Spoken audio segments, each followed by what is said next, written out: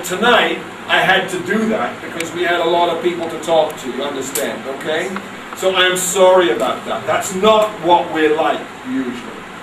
So I really appreciate meeting you. Thank you for setting this up. It's been a very interesting several hours for me, and I'm very glad I came. If you have questions afterwards, I'm happy to talk to you about any questions you have. If you want to go now, that's great. Thanks for coming. And I really hope we'll see some of you around Allison in September. Okay? I look forward to shaking your hand on campus and saying, welcome, we're glad you come. Okay? Thanks very much, guys. Okay? Charlie Hunter is the Director of International Admissions in Mount Allison University in Canada. Welcome, Mr. Charlie Hunter. Thank you very much. Bangladesh. I'm very happy to be here. Okay. We have some questions for you. Sure. Okay. What offer you have brought for Bangladeshi students? Well, there are a number of students tonight that I've met who are qualified to study at our university, and so we will be making offers of admission to some of them in the near future. Okay, excellent. And what opportunities our student can get from your university? Well, the features of our university are that we have a long history of education, so we're very experienced in the education business. The second thing is that we keep our enrollment small to make sure that students that we do have receive very personalized attention during their undergraduate education. The third feature of our university is that we deliberately limit ourselves to offering only bachelor's education, and we only offer 5 bachelor's programs, and that ensures that the quality of those programs is first rate. So the result of that and our philosophy of development of the whole person in addition to academic excellence is that our students receive, if not the very best, then almost the very best bachelor's education available in Canada.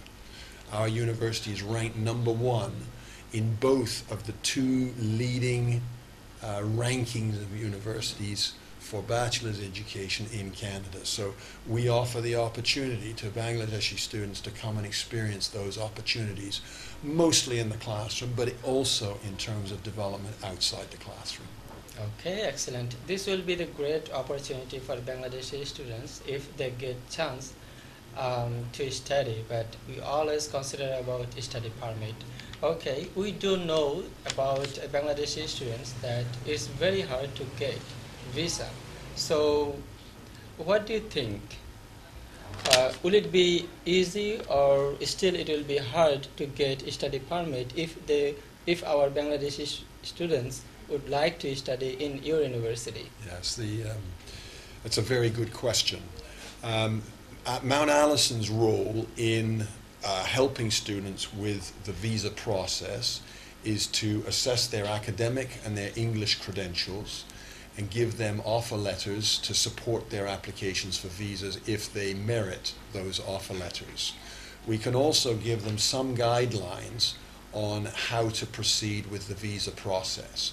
But our involvement stops there. We do not influence the Canadian government. The Canadian government decides which students receive visas and which ones do not. The Canadian government tends to look at 4 main questions, as I understand it. Those 4 questions are, is the student healthy? In other words, are there any major diseases that would come into Canada, in which case that might be problematic. That's usually not an issue. So that's question number 1. Question number 2 is the student a serious student? In other words, is the student going there to take advantage of the opportunities available, or is the student looking for an easy road into Canada with no intention of really studying hard? The third question is, does the student intend to return to Bangladesh? Now, interestingly, as I understand it, at the visa application process stage, the student needs to demonstrate the intention to come back to Bangladesh. Later on, once they've been in Canada, Canada is quite interested in them staying in Canada to work and possibly to become permanent residents. But my experience is so far that it is not best to talk about permanent residence at the visa application stage. It is better to talk about that once you're in Canada. So that's the third point, is that they want to know that students intend to return to Bangladesh and benefit Bangladesh, their families and their communities. The fourth point, and obviously a difficult one for many students, is the financial end of things. The Canadian government wants to be sure that the student has the funds to last all 4 years in Canada, and that the student won't come for 1 or 2 years, become really enthusiastic about the education that they're receiving in Canada, and then suddenly find out they don't have the money and they can't finish the degree that they went for. So the Canadian government attempts to safeguard that by making sure that the students have the financial means to stay in Canada for the duration of the degree. Well, we already know about your university. That is very reputed university, and we already also know about that. So if we think about tuition fees, I see, or we see, it's very expensive. So is there any consideration for Bangladeshi student or international student? Sure, absolutely. So that they can continue. We are very aware that the costs of education in Canada are high for